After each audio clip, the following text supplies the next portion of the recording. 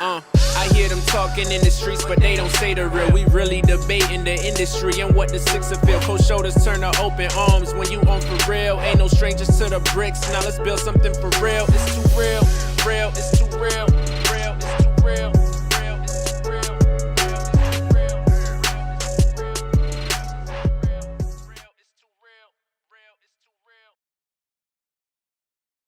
What's up, everybody? How y'all doing out there? It's Too Real the podcast. You know, we back for another week.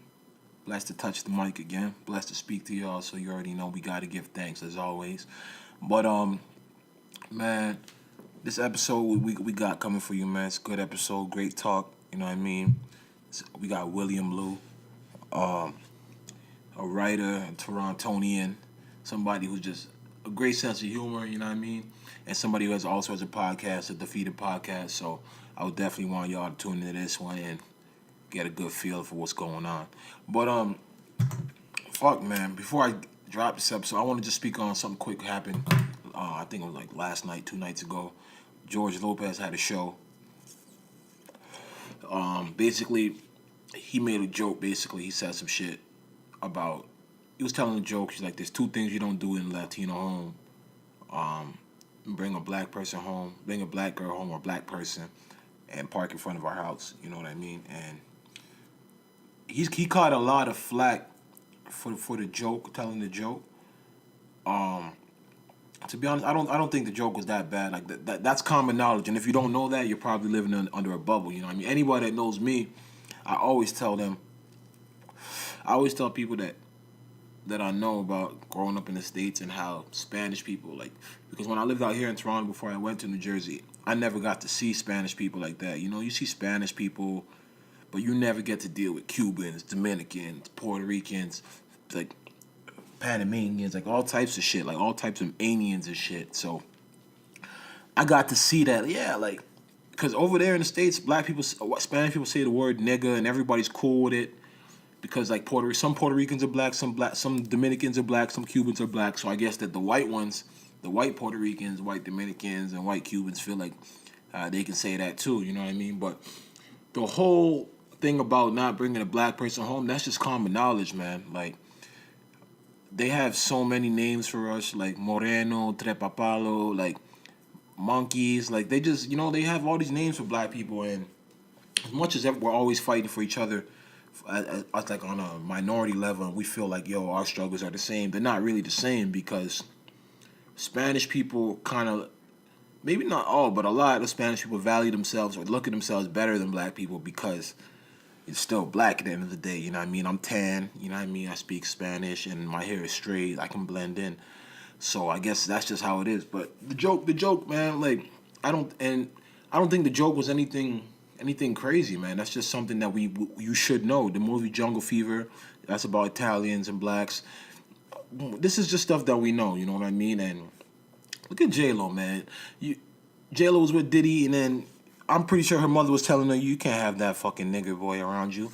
And she just looked for the easiest time. As soon as Shine let that gun go, she didn't stay down with her man. She got out of there, you know what I mean? There's been a history of this. That's just what it is. My only problem with George Lopez was how he handled the person in the crowd. Like, he was snapping. Like, I guess the person must have took offense to the joke and was just standing up. He was just calling her a bitch. Get the fuck out of here. Ugly. Just snapping on her. Like, you know what I mean? And I get she might have been disrupting your show and stuff like that, but it was bad. Like, he literally took a whole minute and a half, 2 minutes to just get at this person, you know what I mean? That's not cool, you know what I mean? But other than that, the joke is light, you know what I mean? That person you're at a comedy show, you should know what you're going there to hear, you know what I mean? Like, race jokes are funny jokes, regardless of what they are, you know what I mean? Race jokes don't matter, Chinese, black, Indian, white. Those jokes is always funny because you just get to look at the perspective and just laugh. So I'm sure he could have felt away because the person was trying to disrupt his show, but the way he went at them wasn't right. But that's that, man. I'm going to drop this episode right now with Will. Make sure y'all subscribe, like, review. It's Too Real the Podcast. And if you want to be a guest, hit me up at itstoorealthepodcast@gmail.com. You already know. God bless. Yo, what's going on, everybody? It's Too Real, the podcast. We're back for another week. This week we got a special guest. We got my boy here, one half of the Defeated podcast. What's going on, Will? Yo, what up? How's your week going, man? How's your day going? It's going good, man. I had a rare Monday off from my day job, which I just cover the NBA and shit. Yeah. So I get to kick back, do shit around the house. A little boring shit, but you gotta settle in. On Monday, you gotta get everything right for the week. So and then Raptors, baby, Raptors won, so that's always good. Oh, for sure. Tell us about your day job. Like, Will, you're a writer, right? Yeah. I cover the NBA for The Score, which is like an app. You guys should all download that. Oh, app. everybody has that app. Like, if you're into sports, everybody has that app from out here. Come on. The Score is exactly. The Score is covered for everything. It's all free. None of that. No invasive ads. Nothing. Quickest scores, news, everything. So basically, for the news section of the NBA, I help populate that with articles. Yeah. LeBron trying to get Carmelo. Just give me an article in there for sure. So that's my job. I just write about the NBA. It's a sick job. That's an amazing job. How did that come about? Like, how did you get into that? Obviously, you have a great love for basketball and the Raptors, but how did that is an amazing job. How did you get that? Like, how did you get in there? Yeah, to be honest, it feels like it's just a lot of things broke right my way. I started blogging on the side, writing about the Raptors. And then I got a chance to catch on Raptors Republic, which is a great site. Again, can you break that site down? I don't even know. I always see them on your Twitter. You retweet. I don't really know much about that. What is Raptors Republic? It's just a blog. That's it. And we got you covered at Raptors Republic. We got a podcast. I do a podcast there too. But on the writing side, it's just columns and news articles and stuff. But there's a good community over there too. If you ever want to engage with Raptors fans, Raptors Republic comments. It's a vicious world out there, but Raptors fans are crazy. But basically I was just blogging on the side for Raptors, and then someone at Raptors Republic, he was also working at The Score, and a job came up there, and then he recommended me, and I got in the door basically. That was it. It's just like it's lucky. A lot of life comes down to the opportunity. So. Yeah, that's amazing. That's all that really happened there. That's definitely amazing. Something like that. So, does that do you get to go to Raptors games sometimes and stuff like that, or it's just really just basically covered? Oh, it's actually you cover the whole NBA, not just Raptors, right? So. Yeah, I mean, occasionally you get to go down the arena and stuff, but mostly I'm just in our downtown office and just watching basketball on TV and stuff, and then seeing what Woj tweets out. Woj. Oh, Adrian Wojnarowski, that guy, right? The God. Yeah, he is Mr. Information, Mr. Sources said. You know what I mean? He's the man when it comes to trade reports and rumors. Yeah, exactly. So something like that. What are you trying to take that to? As far as your writing now, are you trying to actually go to obviously you would love to work for the NBA, but what are you trying to do with your writing? Because I see people check in for what you're doing. Every day you do a little analysis of the games. You know what I mean? You write your notes. So what are you trying to take that to? Are you trying to one day work with a team and what? Because you love the game. I see you. Basketball is everything to you. Yeah. I mean, just sports in general, really. It's obviously it's one way to connect with your dad and shit. I think that's probably the same way for a lot of male sports fans, or just any sports fans, really. My dad loves sports. We play sports a lot, and basically it's just connection there. And in terms of career-wise, I don't know, man. Actually, I'm not a very career-minded person. You know what I mean? I'm not constantly thinking about what's next. I kind of just get to a spot and chill, and do my job well, and then see where that takes me. Yeah. Which is, it's an approach. It doesn't work for everybody. But it's been working for you. A lot of things go my way, so it's worked out. But yeah, it'd be cool to I like my current job. If a bigger publication comes calling and they say, you know what, forget writing 15 articles a day, we'll get you to write some profile feature work for ESPN, then I gotta reconsider. But hell yeah, I like my job where it is right now. I get to write about the NBA during my day job, and then when Raptors come on, I get to enjoy write on the side for myself there, just give really in-depth thoughts on the Raptors itself, and I don't know. It's a fun spot. It's a fun spot. No. I think that I definitely think that's a great job. Like something you love to do, and it's not really work when you're just really giving your opinion, writing articles about shit that you're actually watching and observing. Exactly. You know? That's what's up. But talk about your podcast. Your partner's not here. Harsh ain't here. But you guys have the Defeated podcast. Let people know when you started that and how you guys started it. Yeah. Well, shout out to the Defeated podcast. I do that with Harsh, like you said, and also my boy Arun. Can't be sleeping on the third one. Oh no! I never got to meet Arun, and I don't see him around. But yeah, shout out to Arun.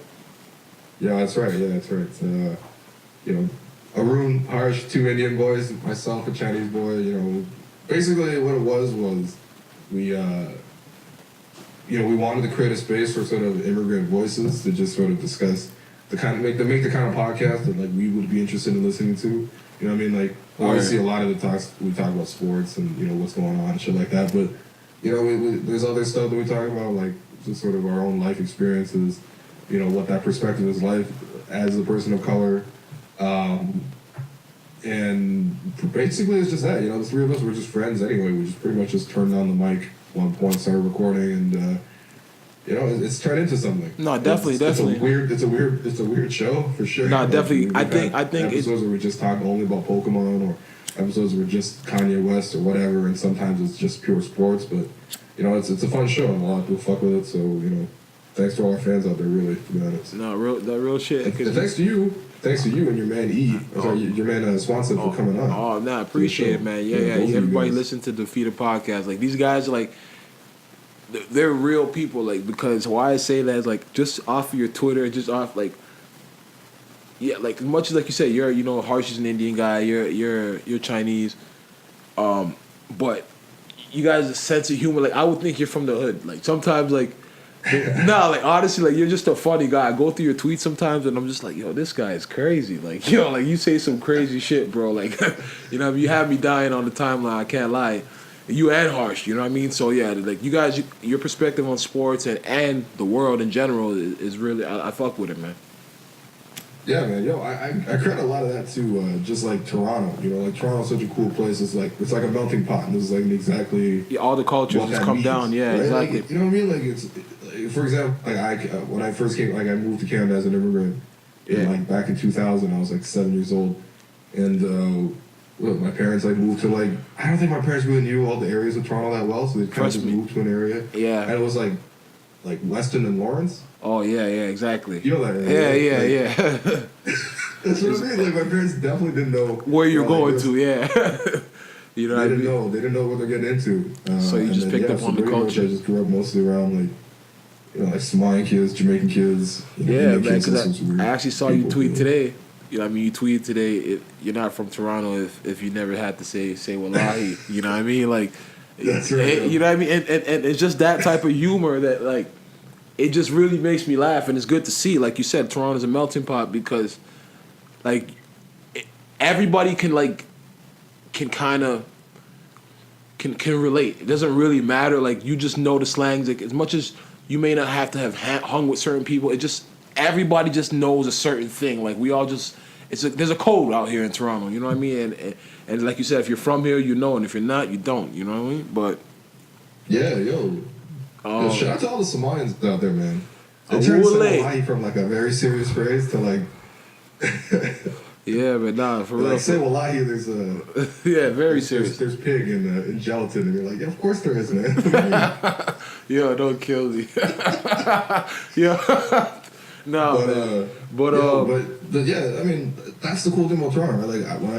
Like I got to move into like obviously Toronto. There's segregated parts like downtown is mostly white, and then Scarborough's like a lot of Asian people and whatever, right? But like like the area that I moved to, like there were so many like immigrants and just people of color and all sorts of stuff, and people like you got poor white people and rich white people. That's a big difference too. And just like everyone is so different that like when you went to school and stuff, like I wasn't even aware really. Like I was just like I see myself as everyone else. It wasn't like I'm a person of color. And I was just like because there's just so many. Yeah, I know what you mean. I know what you mean. Or that guy over there is Hispanic or whatever. No, I know exactly. It felt like everyone was on the equal playing ground. It wasn't until I left Toronto when I was like, oh, okay, I see how it really is. Yeah, no, facts. I get what you're saying too, because like when I went to school in Scarborough growing up, it was like that. People from Sri Lanka, people from Peru, people from Jamaica, Africa, everywhere. So it's like, and plus, like you said, everybody's just really an immigrant. Like, and you're a kid, you're not really realizing that. When I got to Brampton, I'm like, oh, we kind of limited out here. You know what I mean? Like, it's like, oh, okay, everybody ain't got a big house. You know what I mean? So it's like, you got to see the demographic. All right, you made it out the certain area you were at to here, but you guys are really limited. You guys are minimal in the suburbs. So like, you really get to see like Toronto. Like you said, it's everybody's there. You can go. You can find like people. You can find Asians in Scarborough, York region, stuff like that. But you can always still find like a community of the immigrants within those communities. You know? Yeah, for sure, man. You know what I mean?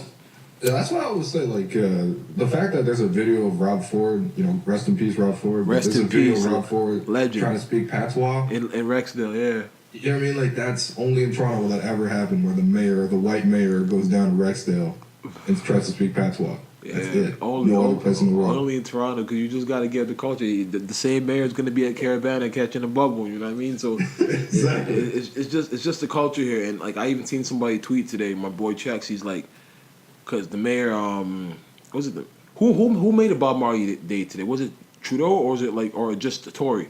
I think it was Tory. The actual mayor of Toronto, and he was like, people were tweeting like, that just shows you how everybody in Toronto has a little bit Jamaican in them. You know what I mean? Like yeah, for sure. Just the fact that they made Bob Marley Day just gives you that. But other than that, yesterday, what was going through your mind yesterday, man? When you saw greatness on display. Well, what do you mean? The Super Bowl. Yeah. Oh man, are you a Pats fan? To be honest, I'm not a big football fan. But okay, yeah. I watch important games. You know what I mean? So I watched the Cowboys versus Green Bay when the Cowboys got eliminated. But football is not my shit. But I watched all the Super Bowls, and every Super Bowl I've seen Tom Brady in a lot of them. So I've seen him execute on the main stage. But just seeing that game yesterday, how I didn't really know the game of football could change like that. Like when you're down 23, what was it, 23 or 28? 28. It was 28-3, man. 28-3, yeah. So I didn't know, I just thought it was over. I'm like, you can just play this smart. And plus, Atlanta defense in the first half was really shutting shit down. You know what I mean? So yeah. I just was like, yo, this game's over. But then to really see, even when it was like 20, when they had like 21 or whatever, 23, like I'm still like, no. Like there's only 3 minutes time on the clock, but he really makes these drives. He executes like Tom Brady, man. Like that's what greatness is. Like even if you don't watch football like that, you can really just see a man come on the field and just get the job done. Like I don't think that there was one time during the game when he thought he didn't feel that they could have won that game. You know what I mean? Like it's just like, yo, I've been here before. Like that's all that was on his mind. I've been here before, and sure, he got it to over. It was insane. That game was insane. No, yeah, for sure. I mean, first off, like just as like a spectacle of athletics, like you just gotta respect greatness there. I mean, like we're talking about a 5-time champion now. What is he? Like five Super Bowls and 7 tries, and one of them was that David Tyree catch off the helmet. And I watched. Yeah. I remember that game. That was ridiculous. Like the Patriots were like 18-0 with Brady and Moss that year.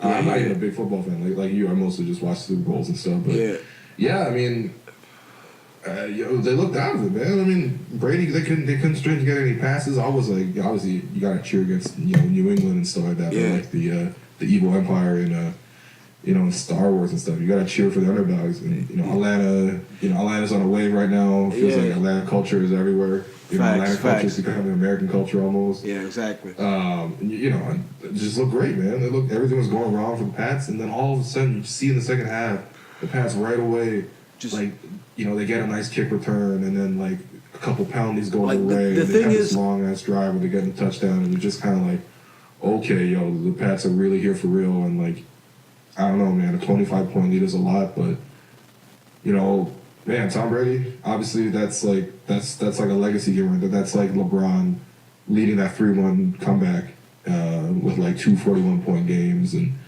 doing all the stuff that he did and everything like that.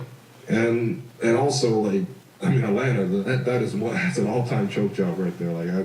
Like, think about it. They had, like 3 minutes left.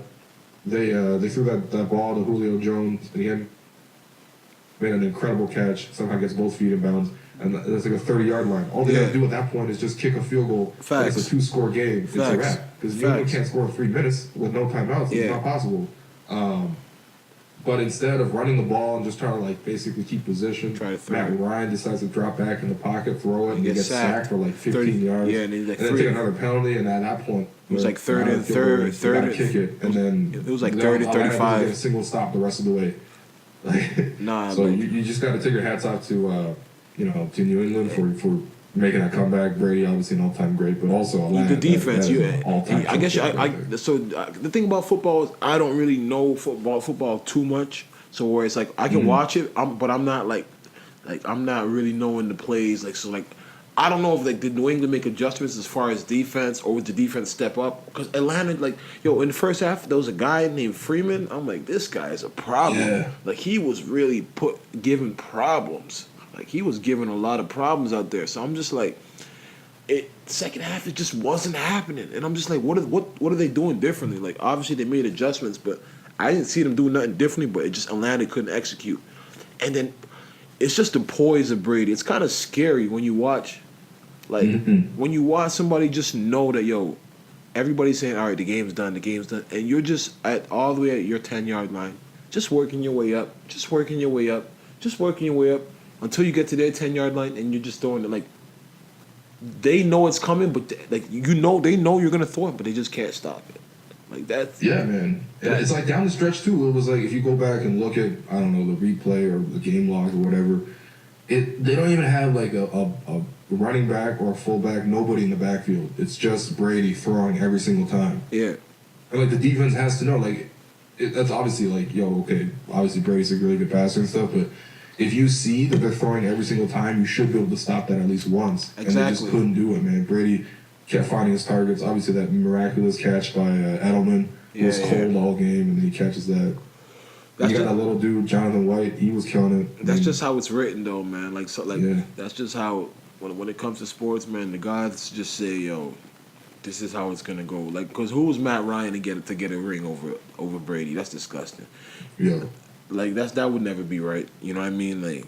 That would never be right. So he just had to make it come back like that. That was amazing though. For somebody I know for those that really love football, they appreciated it a lot more than me. But I appreciated it. Just watching it, seeing it, I'm like, he really did that. That was crazy to me. I never seen nothing like that. Because I'm just this game's over. This game's over. And then, nah, man, that last drive when he to take it to overtime, I'm just like, this is insane. Because you still need a 2-point conversion, too. So it's you guys couldn't stop it? They need a 2-point conversion twice. Yeah. And they got it both times. That's why I'm just holy shit, Atlanta's defense just choked. They're they're scared. They're we've seen this before. We know this guy. That, I don't know. That I never seen nothing like that before. Yeah, but the one thing is, though, as much as I like to give him props for, obviously it's a great athletic accomplishment, everything like that, the narratives going into this whole thing, I don't know, maybe I was just reading it too much topologically and everything like that, but it was very much felt the Patriots signified Trump, everything Trump represents. Yeah. It was Yeah, trying to speak for the culture and the revolutionists and the fight back. I know that's the narrative Twitter was giving it. Yeah, from that perspective, it was just disheartening, man. It was weird. As I was watching this whole collapse happen, basically after they scored the touchdown and the 2-point conversion tied, sent it to overtime, which I think is the first overtime in Super Bowl history, which is incredible. Yeah. You're just it's over for Atlanta. It's absolutely over for them. And you just look back and you think about it, and you're just the whole game was pretty much the last 10 years in American history. You start out with that great start. It was when Barack Obama became president, everyone was so hopeful. Change is gonna happen. We're gonna get out of this economic depression or whatever is happening that Bush did, and then his term, and they're Obama's in. We're gonna do all this change. And everything's going great for Atlanta. You got Lady Gaga as the halftime act, which, to be honest, I didn't actually think I wasn't actually aware that Lady Gaga was such like a status symbol for a lot of white liberals, but still, like Lady Gaga apparently is, and she did a great show. She put on a great show. I didn't really like her music that much, but whatever. She did a good show. And after that, it was just like one loss after the other. Where also it's like this liberal Atlanta Falcons team just keeps taking L's to this like the white man Patriots team until the very end. You're just like, wow, I didn't think it would happen. Just like we didn't think Donald Trump would win the election. Yeah. It's the same thing, man. It was just like, oh shit. I felt like just right after the election, you know what I mean? Like that. No, trust me. It was just sat there dumb on the couch, like, I can't believe this shit happened. I get exactly where you're coming from, but to me, I didn't really feel as bad because I wasn't invested in the Atlanta Hawks like that. Like, I saw everybody riding for them as far as, like, because it's like, yo, the Migos are riding with them, T.I., like, so everybody's favorite artist is with them, so everybody just felt the need. But I've always known about Tom Brady. I've always seen him put in work, and I'm like, yo, this guy is dangerous. You know what I mean? Like, I was never gonna. If I was supposed to place a bet, I didn't place a bet, but I was supposed to place a bet. I would have put my money on Brady. Anyways, you know what I mean? So when I saw it happen, I was just like, I was enjoying the game. Like, I was just happy from a real fan team. Atlanta put on a clinic in the first half. Like, even though it was a blowout, I'm like, wow. I was just really looking at this Freeman guy. I'm just seeing all the stuff they're doing. I'm like, yo, they're really playing really well. But seeing what I saw, man, that was just like, trust me, man, I'll never forget that. Like, I don't even care about football like this, bro. Believe me, but that was something. Like, it's just because you know you're supposed to stop this, and you know that this is the game, and you know that this is the trophy that you worked for all year, and you're just gonna let him just keep coming down your line, coming down from his line all the way to yours. Like, there's nothing you're gonna do to stop this. Like, 3 or 4 times. That's the part where, like, the Falcons just gotta feel like they gave this up. You know what I mean? Yeah, man. I mean, yo, even after like the last, like the touchdown, the Super Bowls, the Patriots had to score tie to send them to overtime. Like, Atlanta pinned them at the 11-yard line. So Brady had to march the entire length of the field with like 3 minutes left, no timeout. This is what I'm saying to you, bro. And convert a 2-point conversion. Like, how? This is what I'm saying. As a team, it's like you guys should feel like you should feel just, I don't know, like, because I don't know what word to use right there, but it's just like, I get that the better man has to win, but when it's in your hands, like, that's like, remember when the Lakers gave it up in 2008 to the Celtics? Like, Kobe always said he didn't sleep that summer. Like, he did. And that's, the Falcons, because they're not going to be back here next year. And that's what I keep telling people, like, oh, look how the Cowboys had a great year. They were like 13-1, 12-1, 13-1. And I'm like, you guys expect them to do that next year? I'm like, no. The Panthers did that the other year, and they were out. They didn't get to the playoffs. So it's like, yo, football's it's a tricky sport. Like, you got to be hot. And, you know what I mean? So the Falcons gave up something, and they may not be next year. So it's like, yo, Matt Ryan, like that's how your career is gonna end. But that's fucked up. Did you see that meme that was going around after the game? Someone had photoshopped Hillary Clinton's head on Matt Ryan. I seen it, man. I don't even know how these guys work so fast, man. Like, at the half during the game, they had the meme of, you seen that teacher giving high fives to all his students? Yeah. So they had the Atlanta Falcons coach giving high fives to all the players, like, at halftime, like, when they were winning. Like, these guys are quick, man. But your boys, man. I mean, not your boys, but the city's guys, the Raptors. Hey. But they're dear to your heart. They're dear to your heart. So that's why I gotta say your boys. Your boys put. I'm willing to rep the Raptors, man. No, I know you're willing to. You are repping. You are repping every time you speak and breathe. But how did you feel about the win today? It was good. It felt very much like, beginning of the season where DeRozan and Lowry both got it going. The rest of the team, they kind of just fall in line after that. It's basketball. Like, a lot of it is pretty simple, right? You got like 2 guys who are consistently beating their man, and then that creates problems on the defense. And then once they pass, someone's gonna be open, and they gotta hit that open shot. And for a while, the Raptors weren't assisting. Like, the guys around them weren't hitting open shots. During this like weird funk in January, but with everyone coming back to full health, DeMar DeRozan looking great. This is very much like one of the wins they had earlier in the season where, at home, they just dump a truckload of points on the opposing team, and it almost doesn't even matter how good the defense is or not, because if you score 118, you're gonna win. But so, see, the thing about Raptors, it is, the thing about it is, I don't mean to sound like a hater, but are you proud to be the Clippers right now? I mean, that's the thing about it. Like as much as they just lost to Orlando. You saw, I mean, Brooklyn's they lose to Brooklyn or Orlando. They lost to Orlando twice. Okay, yeah, Orlando. So it's like it broke my heart. But you know what I'm saying? So it's like you think about those losses, and then they just beat Brooklyn Nets. It's like, all right, they're beating this Clippers team that's really pretty trash without CP3. Yeah, CP, yeah. And there's even with CP, they're pretty trash. It's like because all those games they lost. Where the Raptors at? I know they lost them without DeRozan. Don't get me wrong. Like that is the big part of the team, but it's just like, where's the team at right now? Because the East is looking really tough right now, bro. Like I like what I'm seeing as far as like the Celtics, the Wizards. Like it's looking like I'm happy to see these playoff series. You know what I mean? Yeah, all of a sudden the East looks like as promising as like everyone. Before the season, everyone's talking about the East is back. Every year the East is back. Yeah, it's hilarious. But yeah, I mean, early on it was like Raptors and Cavs were number 1 and 2 pretty steadily, and then all of a sudden both Raptors and Cavs kind of falling back to the pack, and everyone else is hot. I'm not too worried about the Boston Celtics. I know Isaiah Thomas is doing his thing, but I mean, come time for the playoffs, man. I mean, I don't really see this guy as like actually like Allen Iverson, reincarnated over here. Hey, I feel like you could stop Isaiah Thomas, and the rest of the Celtics don't really inspire me that much. The Wizards, I'm worried about the Wizards. I know. We've talked about the Wizards before. Yeah, no, I know. John Wall, Bradley Beal. Oh man, they got my eternal respect. Oh man, they're in that Paul Pierce pantheon of like killing the Raptors. Oh man, don't talk about it. Don't talk about it. The Washington Wizards. I mean, like they gave Cleveland all they could handle tonight. Yeah. Oh yeah. No, that game was that was an amazing game. OT. LeBron got 17 assists. Kevin Love was like. But Bradley Beal, Shumpert broke his ankle. Like as much as he stepped on Kevin Love's leg, that dribble made him go back there. You know what I mean? So, oh man, I think they say he sprained his ankle. Like it was really bad. Like Bradley Beal is a bad man. Like, but it's just I don't think he's consistent, and that's the thing I don't like. Like some nights he'll give you 27, 3 nights in a row, then you'll get 3 games of just like 9, 11, and 13 points. Like it's just so random sometimes. You know what I mean?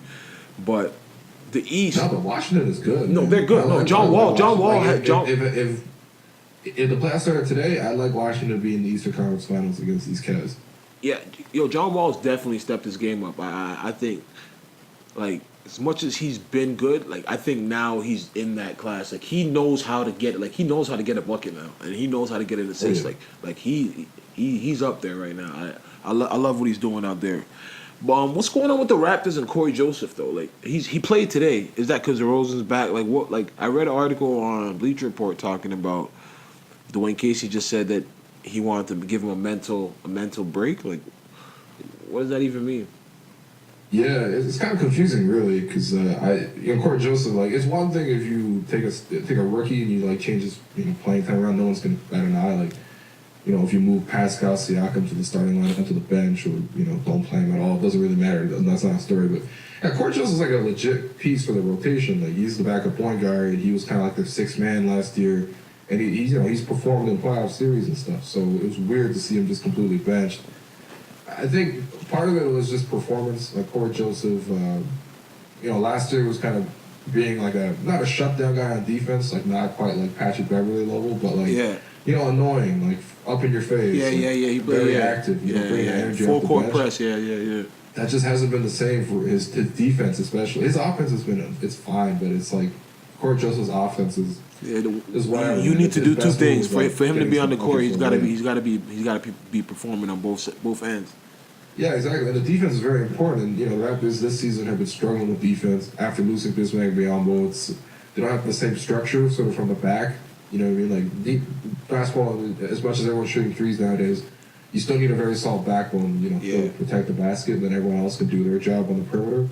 And like Corey Joseph just hasn't been able to guard his position really, which is weird because he was kind of the go-to guy last year for guards stopping him. So yeah, he just got benched. He just randomly got benched. It's sort of out of the blue, and then we got some random dude named Fred VanVleet. Yeah, VanVleet.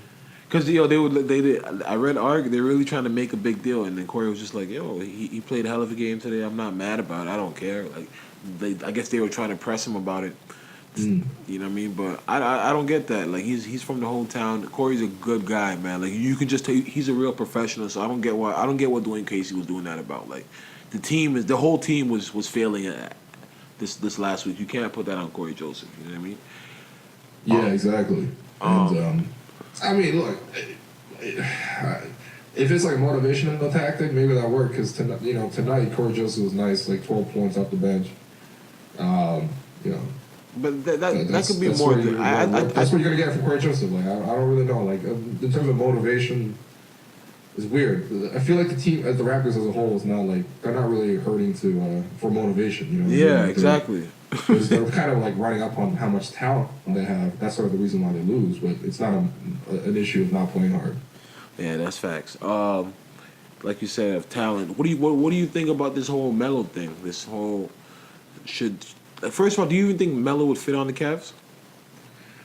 To be honest, I just don't see the Cavs like disrupting what they're currently doing, right? Because like they won the fucking finals last year, man, and they got Kevin Love. Like he's having his best year for Cleveland. You know what I mean? Like, he's had struggles for sure, and maybe in the playoffs it doesn't translate over. But Kevin Love's been playing really well. At 20 and 10, he's back to being an all-star, and I just don't really see them moving that for Melo. I think in terms of a media perspective, I mean, like, basically anytime any reporter out there just says, my source tells me this and that, everyone's going to jump on it. It's going to become a story. Yeah. And so when you involve two teams like the Knicks and the Cavs, who are obviously two big-name teams, and then you involve characters like LeBron and Carmelo Anthony and even Kevin Love and maybe Phil Jackson, you put all that together, you know what I mean? It makes for a very nice, juicy story. But realistically, they're not moving Kevin Love for, Carmelo. Yeah, Kevin Love had 39 points and 12 rebounds today. That's the thing. That's the thing that I'm having a problem with. Like, I'm like, if they can get Carmelo without giving up Love, then it makes sense. But to give up Love, it doesn't make sense. Like you can't. And I just think that the two alpha, as far as like LeBron and Melo, they won't be friends at the end of their career. You know what I mean? Like, LeBron's a guy that's always in the gym working hard. He's always, like, he loves the game of basketball. Like, that's how I look at it. Like, he's done so much and he's still hungry. You know what I mean? Like, Melo, I don't, like, no disrespect. Like, I love Carmelo Anthony for everything he does off the court. You know what I mean? Yeah, for like, sure. He's a good dude. Yeah, I think he stands up for a lot of things that other people in the league don't stand up for. Maybe for just to be politically correct and stuff like that. But Melo talks up. But as far as his game, I think he's regressed a lot. You know what I mean? And I don't see that working in Cleveland. Regardless, I don't see it working in the Clippers. Like, I could see it working, but not beating Golden State, not beating the Spurs if he goes to the Clippers. Like, I just don't see where it's at for Melo now. Like, where do you think his career is at right now? Like, he's getting booed in the Garden. Like, it's really bad. Like, it's really bad right now for Carmelo.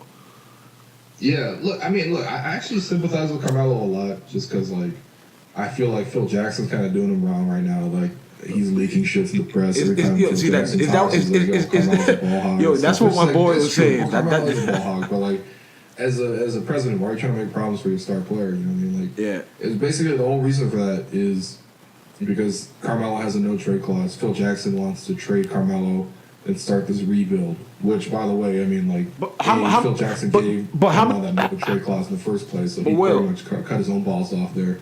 And also, Phil Jackson's the guy that's been bringing in Derrick Rose and Joakim Noah and whoever else is washed out there, and for this Knicks team that's always terrible. So he's trying to pin it on Carmelo, you know what I mean? Like, it's sort of a PR struggle there. Well, what's up? You know what's funny? That's what my boy said the exact same thing to me. Like, this exact same theory you're saying. Like, he's trying to pin. What do you mean pin it on Carmelo? Like, how can you pin it? Like, the thing about it is, I get what you guys are saying, but to me it's different because Melo made these decisions. You let Phil coerce you. You let Phil tell you these stuff, and you believed it. Like, you let him zen you. Like, he's a zen master. You let him. They say Phil lights sage or something in the room and he starts talking to you. No, that's just peyote, man. You know what I mean? So I don't know, because at the end of the day, yeah, you let him bring Joakim Noah. You let him bring D Rose. If you want to be a winner, you got to be vocal in the front office. Like LeBron talks to whoever they want to bring to that team. They may say it off the record that LeBron doesn't do it, but he approves the players. Like Carmelo approved of $72 million for Joakim. Like, are you serious? Like Yo, this? I mean, that made no sense, man. Joakim Noah averaged like 4 points. But this is what I'm saying. But Carmelo, what are we did Carmelo think that, like, so like you want to win and you know that you're about to have Joakim as starting center for the next 3-4 years, and then you got D Rose 1 year. Like, why don't you talk up and be like, yo, this ain't gonna work? But you still, I want to be here. You keep saying I want to be here. Like, what happened to winning? And this all comes back to biting his ass for not signing with Chicago when he had the chance. Like, and that team would have been elite. Like. Yeah, that you know what? The one thing that Bulls team did really well was they defended like hell. Exactly, and that would have covered up everything for Melo. So Melo, perfect exactly. Fit. He can score and he can't defend. And 3 years later, in hindsight, Jimmy Butler would have covered all his flaws because he would have became the cream of the crop and who he is right now. You know what I mean? So like the team would have still been deep. Maybe Paul Gasol would have stayed over there. Like it would have, but he chose the money, and that's why as much as people can say they pin it on Phil. Melo, like you made the decisions. Like certain players have taken pay cuts. They've gone to certain different markets because they know I want to win. Like, and that's why I chalk it up to like you can't blame it on Phil when you're seeing these things happen and you're not saying nothing. Like, yeah, that's true. Like, you have a trade clause. You might as well waive. You keep trying to say I don't want to do it because he's basically trying to make sure the New York fans don't hate him. You know what I mean? Like, no. The reason he doesn't want to leave is because I think look, this whole competitive thing. I totally agree with you, man. As much as like obviously every athlete is competitive. Like these are all the most competitive people in the world, and Melo is certainly a competitive guy. But in terms of his priorities, I think he has his like basically his family and his own comfort in mind. Right? He doesn't want to go to Cleveland and sort of set up there. You know what I mean? He wants to be in New York where he gets all these opportunities with his businesses. But he has obviously a bigger voice. I mean, it's not like he's lacking for star power, but, you know, being in the New York market means he also has a big megaphone, you know, so he can carry out all his other off-court stuff. And also, most importantly, he's dating Lala Vasquez, or I guess Lala Anthony now. He better she doesn't want to leave New York, and his kid doesn't want to leave New York. So pretty much he's just like, yeah, I don't really want to win, really. I just want to collect this paycheck. You know, I'll be the superstar in New York for a terrible team. And that's pretty much it. That's probably why he wanted no trade clause in the first place. Like he's pretty much made his mind up with that. And you can say whatever you want about that, right? Like, you know, you should probably want to win, but I think Melo's probably said many times. It's his life, yeah. When he re-signed in Europe, that was 2015. The Knicks were shit 2015. Like, he wasn't re-signing with a good team. He was re-signing with a terrible team. Yeah, exactly. He wanted that 118. Like, he wanted it all. Like, he didn't... Yeah. He's thinking about his financial life, and I get that, man. But don't be doing those commercials talking about, are you on the computer talking about this? When you really aren't, like... Because the thing about it is, Carmelo has... a fan base. I don't know if he knows it. He has a hive of guys that put him in the upper echelon of guys that he's not with. And this is I don't want to disrespect Melo, but it's like Kevin Durant came in the league probably like 6 years after Melo and has done everything Melo has done plus more. Like, yeah, for sure. You know what I'm saying? Like, guys came in the league and like is he a top 15 player, a top 20 player? Nah. He's not. And as much as everybody says, yeah, he can get you a bucket, but it's like, he ain't getting them. Like, and he loves to settle for this three now. Like, I don't know. And I just think if he went to Cleveland, LeBron would see that, his boy's work ethic's not the same as his, and they'd clash.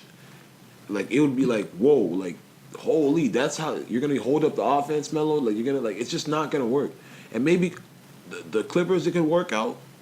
But they're all on 1 year contracts by the end of this year, so it's like, it's just going to be so much of a risk. Like, I don't know. Yeah, I mean, look, I'm just to play devil's advocate. Like, I mostly agree with you. I think the clash will be there too, but we've seen Carmelo, like, when he plays with the Olympics teams and stuff, like, he kind of changes his role. You know what I mean? Like, when Carmelo's focused and just being a spot-up shooter, we've seen him in the Olympics. Like, that guy, Like, you're Nigerian, right? Yeah. Oh, so you remember Melo scored 37 in like 11 minutes. Yeah. Right? Like, that's the kind of like deadly score Melo could be if he's focused playing within the team. You got like a guy like LeBron passing it to Melo. Like, I can see how that might work. Of course, they're all great players. You can see that happening, but I could always be a lot of tension. So, like Melo has to change his play style completely from what he's currently doing right now to what he would be doing with the Cavaliers. So that's why exactly. And I just don't see, like, basically what that team's gonna have to try and turn. They're gonna have to try and turn into the Warriors. Like, exactly. And it's not happening. And it's not happening because none of them can shoot like that. And what's gonna happen is Melo. I'm telling you, because Kyrie's still gonna be the second option. So I don't know how Melo. And it's just gonna be too much over there because Kyrie's always taking the last shot, and Melo's gonna. It's just not. That would be. I don't know. I don't know how that would work because Melo's an alpha dog. He hasn't really been successful, but he's been the man his whole career. So it's like going to Cleveland or going to the Clippers. Like, what role is he gonna accept? I think the Clippers would be a lot better role and probably a better market for him. Yeah, true. You know true. what I mean? I mean, look. Here's the thing. Like, the way I look at Melo is kind of like the way I look at Paul Pierce. You know what I mean? Paul Pierce been in the news recently. He went back to Boston for his last game. Yeah. That was very dope. No, but that was very dope. All-time Raptor killer right there, Mr. Paul Pierce. But like, that's sort of the career Melo kind of had, right? Like, Melo, obviously, in terms of talent and everything like that, he's a better player than Paul Pierce. He had more talent, but like, Paul Pierce at the end of his career, when he got old, basically got into a winning situation and then became a champion with the Boston Celtics, right?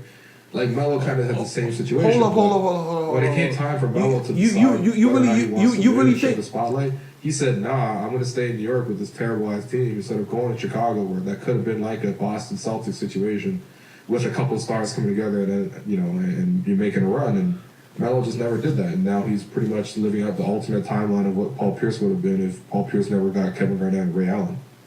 Man, I can't believe you're saying that right now. You really think Paul Pierce? You think Melo's better than Paul Pierce? Yeah. Why? Like, why? Come on, man. He's faster, he's stronger, he's even more athletic than Paul Pierce. Like, Paul Pierce is a better defender, but like, I would say Melo. Come on, Melo's a better player than Paul Pierce. I don't know. Paul Pierce in his prime, though. Paul Pierce was pretty good, man. Like, okay, dropping like 30 points a game. It's like okay. This is the question. This is the one I want to know. Melo, Vince Carter. I think Vince like in their prime. I'm going with Vince. Yeah, I'll go with Vince too. So, but some people are saying Vince isn't a first ballot Hall of Famer, which I think he is. That's nuts, man. But that's how tough it is, right? Because the Silver. So what could Melo be? Because I think Vince. You think Melo will be a first ballot? Yeah, I think Melo will be first ballot. Like, like the NBA Hall of Fame. Like, they don't just the Basketball Hall of Fame. It's not just the NBA. You got college accomplishments. No, I'm saying accomplishments and all that stuff. Like, when you tack on all that other shit with Melo and the fact that like Melo, by the time Melo finishes his career, he'll be in the top 10 in NBA scoring and stuff. So you honestly, wow, I can't believe you. Wow. Damn, he's already like 20. He's already in the 20s in terms of all-time NBA scoring. Yeah, Melo, he hasn't won a championship, and all other stuff. But I don't know, man. I think I'm more sympathetic to Melo. I hear the sympathy. I hear it. Yeah. No, he's a nice dude. I want nice things to happen to him, but he kind of, like you said, man. I mean, a lot of that is on him too for choosing not to win. A lot, man.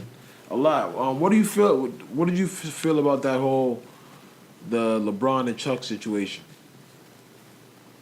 I don't know, man. How does LeBron create controversy every damn year? That's what I want to know.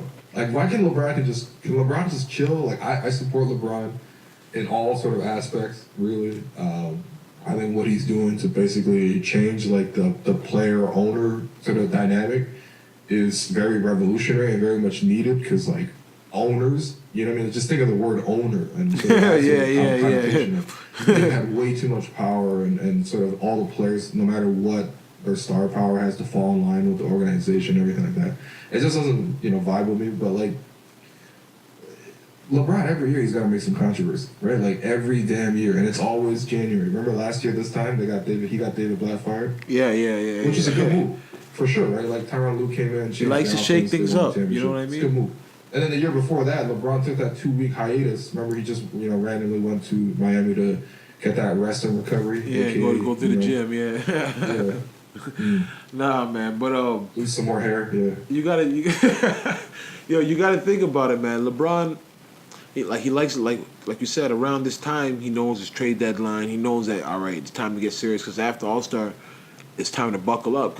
And right now, I think LeBron is he's the most nervous he's ever been in his career because like, you know what I mean? I give it up to LeBron. He's top 5 already. And to me, I could always say top 3. Because I can just say, like, I'm looking into the future. I just see all the stats he's going to be. And I can just see him being, like, top 10 in everything. Yeah. You know what I mean? Sure. So, stuff like that, he's already there. But if he goes to the playoffs, goes to the finals and gets swept or, like, a 4-1, 4-2, he knows it's going to be, like, I'm never gonna win ever again in the finals. Yeah, that's the scary part, right? Because you look at Golden State, right? Like all their pieces are locked in, and you look at guys like I think the oldest guy on the core is like Kevin Durant, who's like 29. But yeah, like, 29 is not a big deal at all for a guy like Durant. But isn't like he's gonna age well? Like Dirk has aged well. But you got Steph Curry's like 27, Draymond's like 25, Clay's like 25. You know what I mean? Like the whole core is locked in. Everybody's there. They're not relying on these pieces. Whereas, like, you look at Cleveland, like, LeBron is, like, Love and Irving are sort of, young and in their prime. But LeBron is, like, nearing the end of the prime. He's, like, 32. Like, LeBron's played more minutes in his career so far than Allen Iverson ever did in his entire career. But Magic Johnson more than Larry Bird. Like, LeBron is already very old. And you got to remember, he's coming off 6 straight finals appearances, and he's carrying such a big workload. And that's why he's like calling for this, like, the Cavs, like, get some more help, because like LeBron is playing like he's leading the league in minutes per game, which should not happen at 32. Like, I know that's crazy. He's carrying this team because there's no backup point guard, and Kyrie's more of a scorer than a point guard. So I feel bad for LeBron, but like you said, man, yeah, I could definitely see a scenario where he gets completely washed out by the Warriors. So he's definitely stressed because he's only got so many years left. Yeah, and so the Cavs are kind of wasting his time almost. Exactly, and that's the thing about it. Like you said, Kevin Durant's 29. They say like a basketball player is in their peak at 28 to like 32, and Kevin Durant's really gunning right now. Like his efficiency is insane right now. Yeah, everything he's doing is just off the charts. So it's like LeBron knows. It's like, yo, I have to. I went to war with them last year, and then they added this guy. A guy that LeBron knows, like LeBron respects Kevin Durant's talent, and he's always got over Kevin Durant. But it's like now he knows Kevin Durant doesn't have to do so much. Like he literally knows all this guy has to do is just gun and shoot, like just shoot and shoot. And plus Steph is I know LeBron is like, yo, I don't want to go to the finals and have to get embarrassed. Like that's the thing, like because it won't if they like they have to win, they have to because if they don't win, like. It's not going to be a 7-game series. Like, if they don't win, it's going to be 4-1, 4-2. Like, that's it. Yeah, man. And you look at last year, right? Like, it was the Warriors were up 3-1, right? And that wasn't, like, just a joke back then. It was like, yo, the Warriors kind of, like, owned the Cavs in the regular season. Remember when they went to Cleveland and beat them by, like, 30? No, it was bad. Cleveland fired their coach. Yeah, it was bad. Like, it was bad. Then they went to the playoffs and they were just like smoking Cleveland. Like the first couple games, Steph Curry wasn't even playing well. And Sean Livingston was scoring 20 points and leading the Warriors to victory. And it looked like the Cavs were going to lose in 5. And then you got the greatest comeback basically in basketball history with what LeBron did. But even then, like you look at the total 7-game series, and the Cavs won that 7-game series by a total of 4 points over 7 games. And a lot of that comes down to Harrison Barnes. In like the last 3 games 5, 6, and 7, Harrison Barnes goes 5 of 23 from the field. Yeah. Now you replace Harrison Barnes with Kevin Durant. Like Kevin Durant is better than Harrison Barnes by 4 points in a half. Let it go home 4 points in a whole 7-game series, right? So, and then you look at what Cleveland did in the offseason, and like they lost Dellavedova, which is like it's not a big deal, but no, he's good though. He's good. He was fine. Yeah, he was fine. He was classic white guy point guard. Just plays scrappy. Yeah, like and shoots threes. Who he reminds me of? A team like Cleveland, and you also lose Mozgov, who is a big body in the center. Now they have no 7-footers on the team except Channing Frye, who's really just a shooter. So the Cavs really took a step back, whereas like the Warriors, like they added Kevin Durant. So that's why I didn't blame LeBron when he's telling management like, "Yo, get me a point guard." Like I'm not asking for a lot. It's not like I'm asking you to go get But what I'm trying to say is Cousins, you know what I mean? Like, what I'm trying to say is like getting Melo, even getting a point guard, or whatever, or even getting Melo. There's not much you can really do to combat getting a Kevin Durant, but be the best player that you say you are and be the best player on the planet, which is LeBron James. And like you have to be the greatest player on the planet to accomplish this. Obviously, you have Kyrie there, and everybody knows how I ride for Kyrie. But when you get Kevin Durant, like getting Melo, even that's not it. Like getting Melo, that's not enough. You can get Melo. You have to get Melo. And then you have to get a center, and you have to get but even that, because it's like these guys can beat you from the 3-point line. It's insane. Like I know LeBron's having sleepless nights about this. Like you can see he's got grays in his beard right now. Like it's crazy. Like it's crazy. Yeah, pretty much LeBron. Like even like you said, man. No matter who LeBron gets whoever Cleveland manages to trade for, like. It's going to take another miracle from LeBron to beat this Warriors team. And if LeBron does beat this Warriors team, like, he really needs to be in that Michael Jordan discussion. Yeah, exactly. Like, For sure. Michael Jordan ever beat a team like this. Like, Golden State has 4 All-NBA players. Facts. 2 top 5 players in Steph Curry and Kevin Durant. Like, man. Somebody that Kevin Durant, he's almost at 20,000 scoring. Yeah, almost. I think he's already, like, at 17 or 18 or something like that. And this guy's only been. When did he come in the league? 2007, 2008, 2000. Yeah, 2007. Like 4 scoring. Like nah, man. Like it's insane. It's insane what Golden State's doing over there. I don't know, but like usually every year you hear about the Spurs or the sleeper. You don't even hear about them this year, and they're really getting the job done. Like they got a great record. They're coasting. They're beating teams. Yeah, the Spurs. Yeah. But I guess just. Nobody just believes that they can bring it to Golden State or what? Like I don't hear about the Spurs at all. Do you think they're going to be a sleeper this year in the playoffs? I mean, part of the excellence of the Spurs, and I'm not taking anything away from that, and a lot of sports about the details, right? And especially in the playoffs. And like basically what the Spurs do is they never ever make mistakes in the regular season, just never. And you see, and they're always consistent. They always got a deep roster, so even if they rest some guys, will be fine. But, like, I don't know if that works in the playoffs, right? It's kind of like the Raptors are kind of the same way. Like, the Raptors, and obviously not to the level of the Spurs, but, like, pretty much they know what they're doing every night. They keep the ball in the players' best hands, and then they don't make a lot of mistakes. Like, the Raptors never turn the ball over. And basically they just do all the right things. But when in the playoffs, it comes down to matchups. It comes down to, everyone's sort of focused now. There's no bench players playing, and it's all about who you really got. And, like, when you look at the Spurs and you ask them who they really got, like, okay, yeah, Kawhi Leonard's a great start. And Kawhi Leonard is awesome, but he's not even as good as Kevin Durant. Yeah, right? yeah. And then you look at LaMarcus Aldridge, who, you can put up buckets for sure. He's not it. He is. No, honestly, bro, like, that guy, what do you think about that guy? Like, when he was in Portland, I believed it, I actually believed that he was pretty decent. He's trash. Like he's not that good. He's not. No, he puts up big numbers, but he doesn't even put up big numbers anymore. To me, like for somebody like obviously nobody's gonna replace Tim Duncan, but for him to actually be the guy that they want, like he's not efficient. He doesn't get you 20 and 10 easily. Like he can't do that. Yeah, exactly. And you know what though? Sometimes he gets really hot and he plays really like with a lot of physicality, and he somehow like. Normally, he's not a good defender. Yeah. You can score on LaMarcus, but like when he's really motivated, he could be a good defender, and that makes all the difference in the world. But yeah, man, LaMarcus Aldridge, he's always, he's never really quite been as good as his numbers suggest. He's sort of been that fringe all-star kind of guy. So then that's the number 2, and then you look at the number 3, like who's Spurs number 3 guy? Like Pau Gasol, Danny Green. Like he fell off too. Danny Green fell off too. Like what happened? Yeah. He fell off. I thought he was a really good shooter. I don't know, man. Yeah, like you look at it, right? Like Kawhi versus Durant, you take Durant. LaMarcus versus Steph Curry, you take Steph Curry. Pau Gasol versus Draymond, you take Draymond. Yep. Danny Green versus Klay Thompson, you take Klay Thompson. Even Tony Parker versus like Sean Livingston, I might actually take Sean Livingston. I mean, like at the very least, it's crazy. Better than Parker. Yeah, exactly. More valuable. So you go down the line, like it's not really a lot there, right? The Spurs are just a system, and then. We saw what OKC did to them, right? OKC was dominating the Spurs, and they couldn't do shit. Yeah, the whole time. The athleticism, they couldn't deal with it.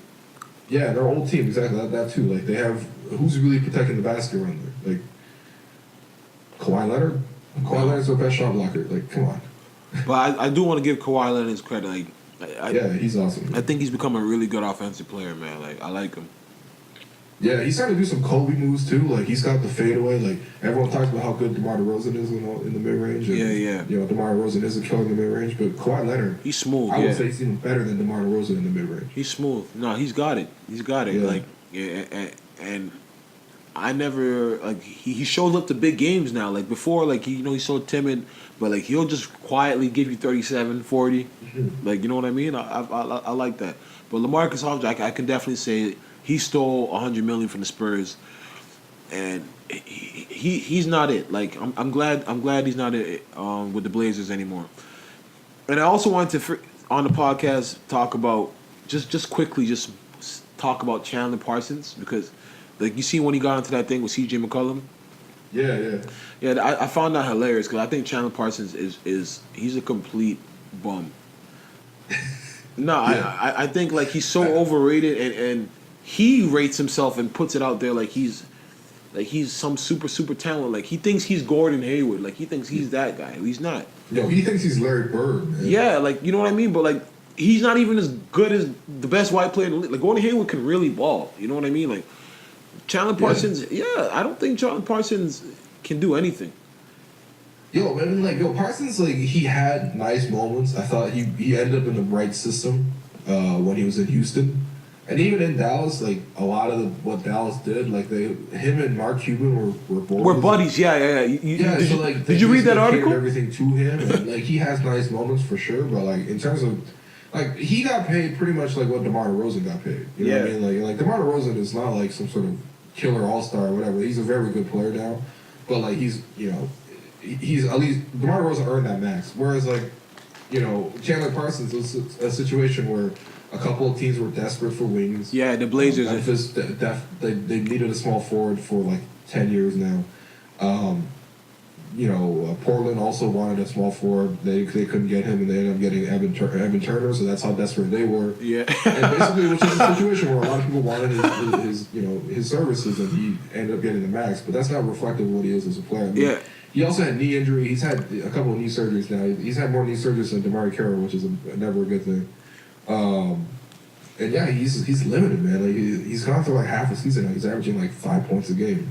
Like, no, yeah, he's really ridiculous. All this guy does really is like apparently he's just like the world's best like white party bro. Like he's like basketball Gronk.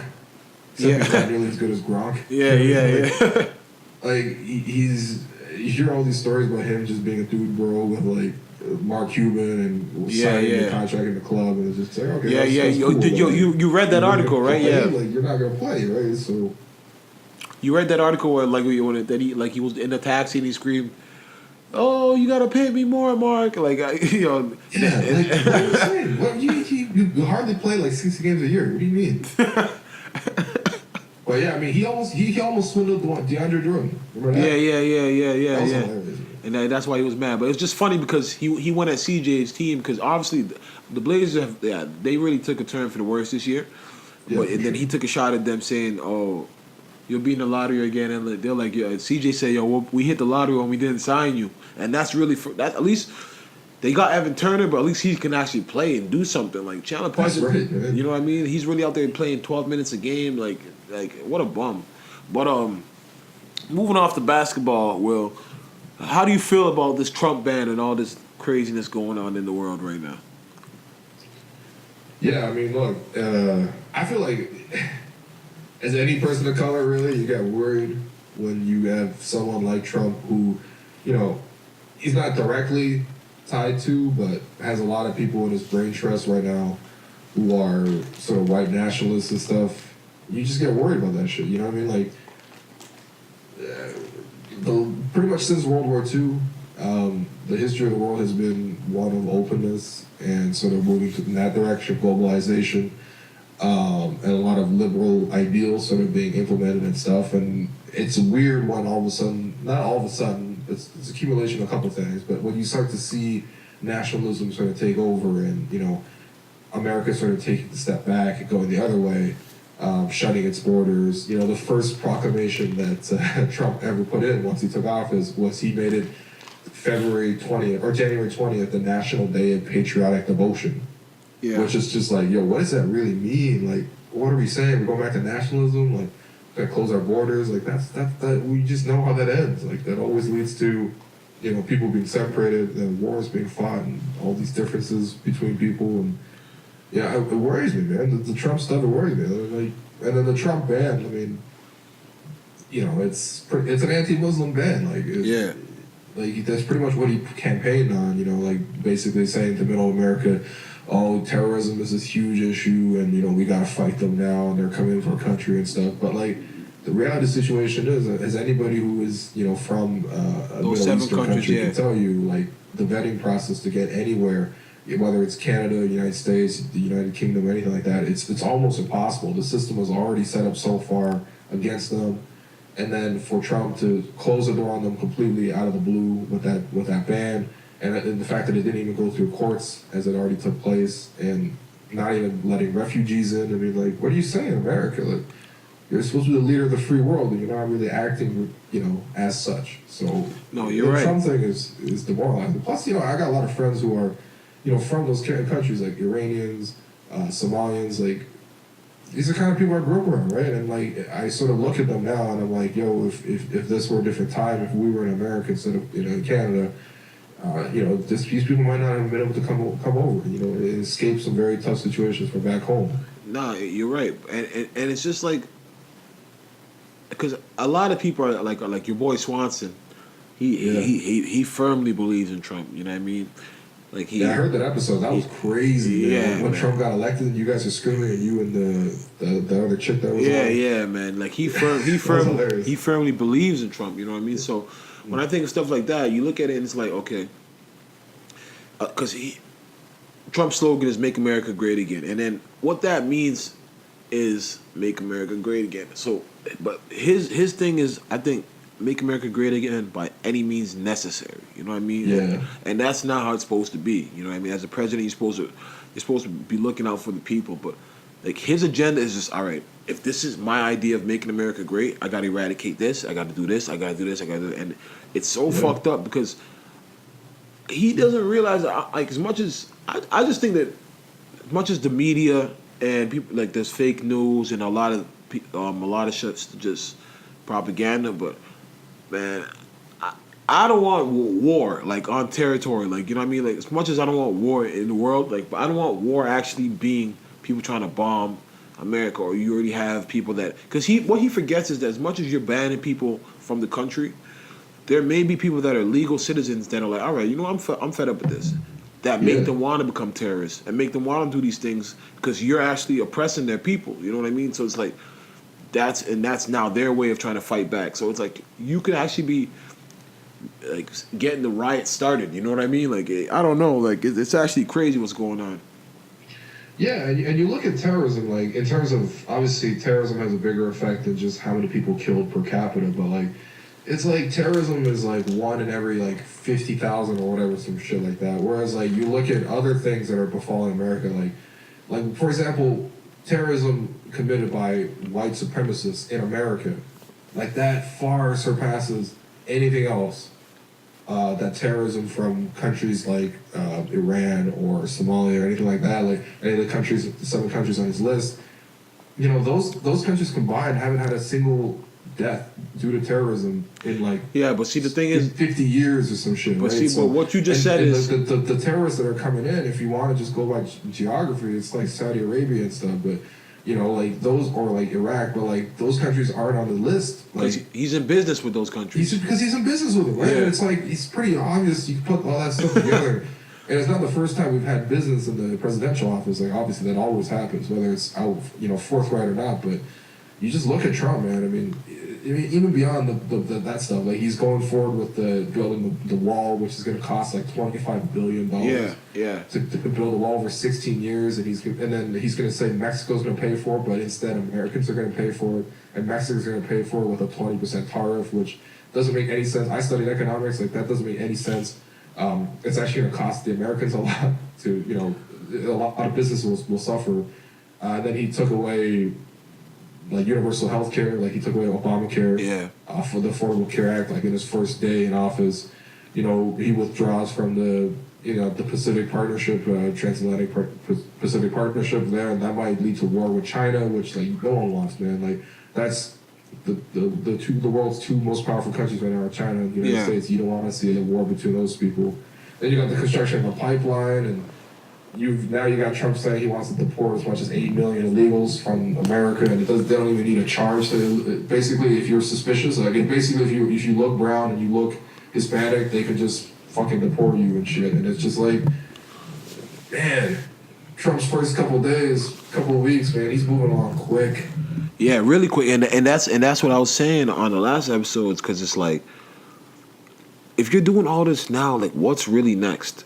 You know what I mean? Like, what could you really do next? Like, over the course of 4 years, how drastic will you let things go? And that's what I'm trying to say. Everybody, you can be supporting him right now, but until he steps on your toes, you know what I mean? And then you're like, oh fuck, that's what everybody's been going through. Because right now, like, a lot of the people that are saying, yeah, build a wall, kick them out, until he really says, yeah, but you poor motherfuckers getting fucked over too. You know what I mean? It's like, then you're like, oh, he ain't for us, he's for him. Like, he wants to make America how he envisions it, and I don't think what his vision of America is what America's supposed to stand for. You know what I mean? So it's just a contradiction, and I'm just telling you, man. I just think he's gonna just keep bombing places. It's gonna get really crazy out there, man. Like, and then what do you think? Do you think it's a trickle down effect about like what happened in Quebec? Like, look, the guy that went and shot the mosque up in Quebec, because he said he loves Trump and he's a believer in white supremacy. I mean, look, obviously when something like this happens, right, it's hard to sort of tie a direct link, but you got to look at it sort of, so whoever's being named to the presidency, right, of the United States, that's the most powerful office in the world, and that changes the culture, that changes the tone of the whole world, right? You know what I mean? Like when Obama was in, that changed the whole tone of the world. Just like when Trump is in. Trump is pretty much the opposite of Obama. Yeah. He's just changing the whole tone of the world, and you feel like, you look at all these guys like David Duke, the leader of the KKK. He's been cheering for Trump the whole time. And if you're somebody who's voting, and you gotta look at it and say, hold up, the leader of the KKK loves this dude. Okay, what's wrong with that? You look at Russia. Russia is supposed to be an enemy to the United States. Loves Trump.